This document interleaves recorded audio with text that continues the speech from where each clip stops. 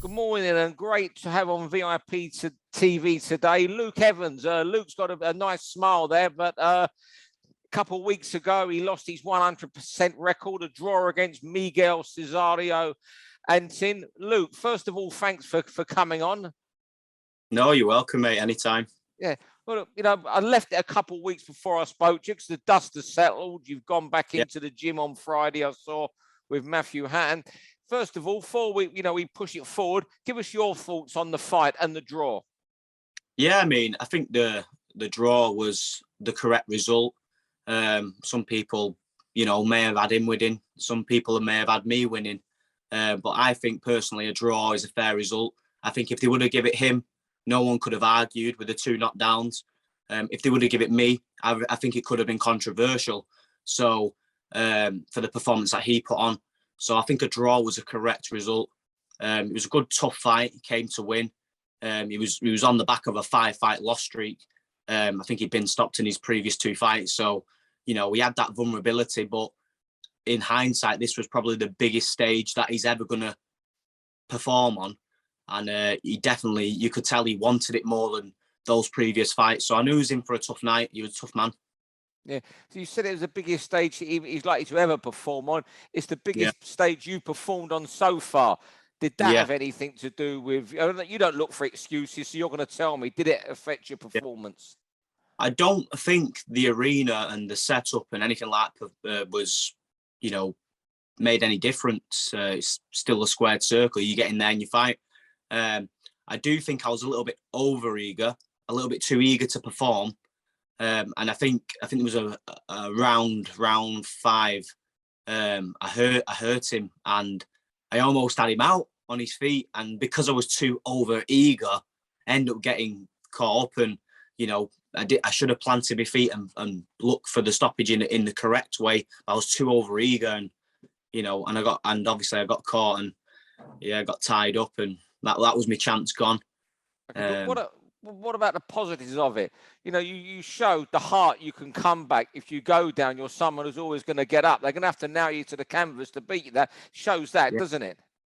Yeah, well, like my trainer Matthew said, in boxing, you need a big set of balls. And hopefully I've proved now that, I'm a good technical boxer. Yeah, got all the punch selection and things like that. But now I can take a shot as well, because the first knockdown in the second round, that was a flash knockdown. I wasn't hurt.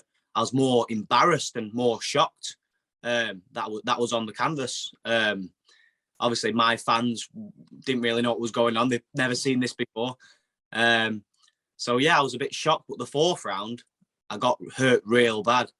It was a real heavy shot that he put me down with. His full weight was behind the shot, and it's just one of them I didn't even see coming. So to get up from that with 2 minutes left in the round, and I showed tremendous bravery and heart. So hopefully I've ticked that box now where, I can take a punch and I can get up and carry on and fight, and even fight better.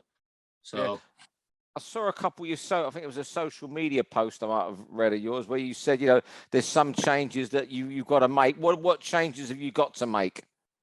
I'm the sort of fighter that doesn't really get hit that much. So I've been hit with the same shot twice now. So I'm going to go back to the gym with the time that I've got before I compete again. And I'm going to work on certain types of defensive drills. Because I watched an interview with Darren Barker, and Darren Barker is someone who I really respect. And obviously I look up to fighters like Darren, who are former world champions and box on the highest stage. And he said that my defense was a little bit leaky. There was a lot of positives to take from it, but my defense was a little bit leaky. So that comment, it's just resonated with me. So I know what I now need to do to go back in the gym and work on the defensive side of my game. So that's what I'm going to do. I'm going to go back. I'm going to watch the fight again a few more times. I've watched it about 3 or 4 times, and I cringe at moments because I know I can do a lot better. And you don't know how it looks on the outside as a fan. So I'm going to go back in the gym and just work on my defense. Yeah. I'd say it's brave looking at the fast. Speak to fighters when they've lost their unbeaten record, and they'll say, I can't bring myself to watch it. You sat there and put yourself through it 4 times in 2 weeks. Were you going to watch it again and again, are you? Yeah, I'm going to watch it. I'm going to watch like obviously like I've watched the full fight from the first bell to the last bell, but I know what I need to do going forward to improve. And styles make fights. You know, you're not going to have the perfect performance every single fight. It's impossible unless you're Canelo Alvarez. But yeah, it's one of them things where I'm still only 25. I've had a stop-start career. I'm looking to kind of be active now, and that's played a huge part as well. Not being active as I'd have liked. That's why sparring's vital. So yeah, that's what I'm gonna do. I'm gonna watch it a couple more times and just pinpoint little bits what I think I can improve on. And I'm sure my trainer Matthew's watched it a few times, and he's probably watched it a few more times before we get into training camp again. And we're just going to sit down again and talk about it, and work on things. He's a sort of fella, Matthew. It might have hurt him more than it hurt you losing, actually. Yeah, I mean, like I said, I'm very, very lucky to have still come away with a draw. I mean, a loss, that would have been devastating on the biggest stage of my career, in front of all my fans, in front of all the people I need to see, you know, to improve my stock, as they say. It's just one of them situations where, yeah, I slightly underperformed. I got caught with 2 big shots. I got up, ticked the box. I even got a cut, which is healing really well. So yeah, there's a lot of positives still to take from the experience. So yeah.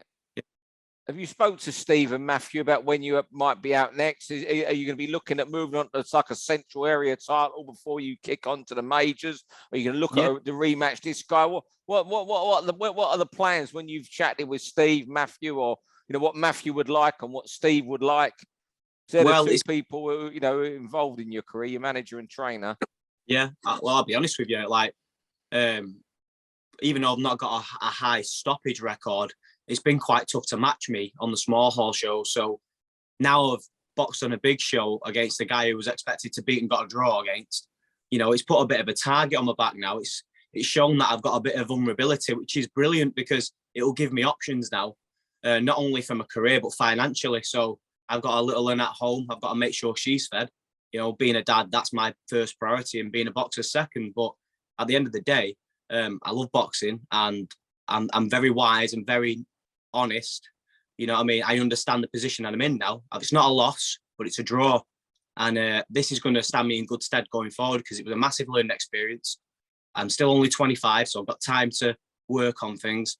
I think with the question you asked, I think that the main thing is I'm back out again in a couple of weeks, 18th of June, in my hometown of Salford. So looking to get a good win there. It's a must win for me, regardless of the opponent or the level of opponent or whatever. It's a must win fight. So it'd be good to get my confidence back, get in there, get a win, and then look on then to kick on into a big fight around probably September, October. And that's where we'll probably be looking for a central area title fight. I know there's a fighter in Yorkshire, Lee Appleyard. I think that's a brilliant fight for me and Lee. I think that was spoken about. Don't want to touch too much on that because I've got an important fight before I can look at the likes of Lee and other good fighters.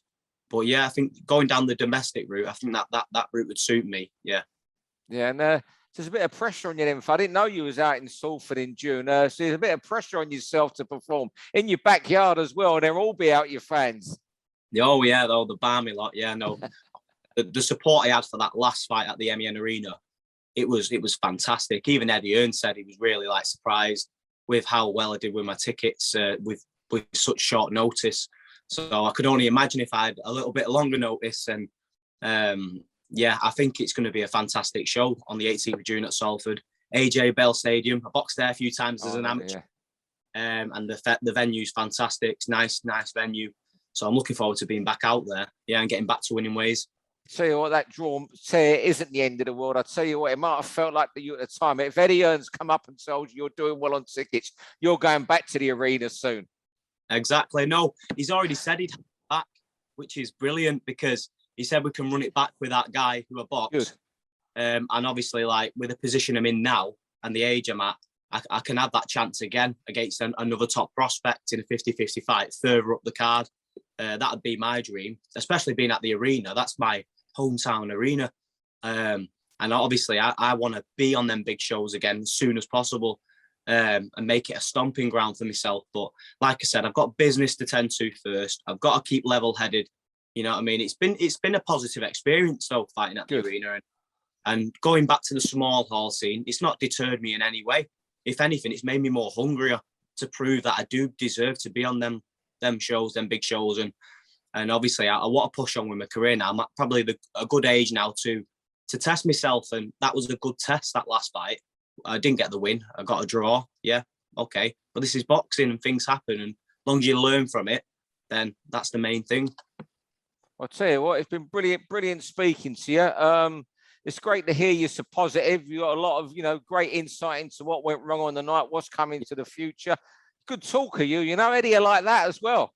He did. He actually said that. He loves a talker. You sell tickets to the talker. That does for him. Forget the draw. You've made it with him. Yeah, no. He said I conducted myself very well all week. He said you wouldn't have thought it was my first time on a big show. So there was a lot of positives to take from it. It was just the result on the night. A draw is better than a loss. I'll take a draw straight away.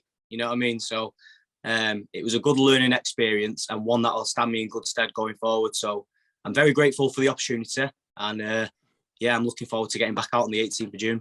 Mate, it's only positives. All you can take. If you take negatives from it, you'll go and draw again on the 18th of June. So just take the positives.